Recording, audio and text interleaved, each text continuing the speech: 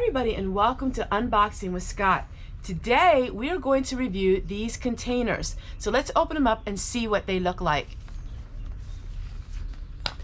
These are food fresh preserve trays. These will help keep your food fresh longer. You put them in your refrigerator or your freezer.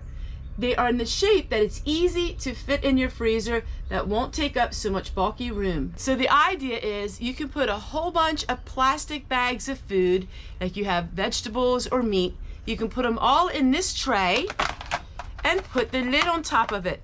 It will combine so many bags into one. So you have 5 or 6, so let's say for example you have 5 or 6 bags of ground beef. You can put them all in here, they lay flat.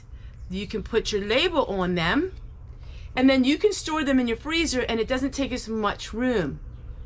They're easy stackable that you can put them in your cupboard when you're not using them. And they have locked lids that keep the freshness in. They are amazing. I love them. I'm going to use them in my freezer. I'm going to use them in my refrigerator. And they have a see-through lid, which is really nice. That way you know exactly what food is in these containers.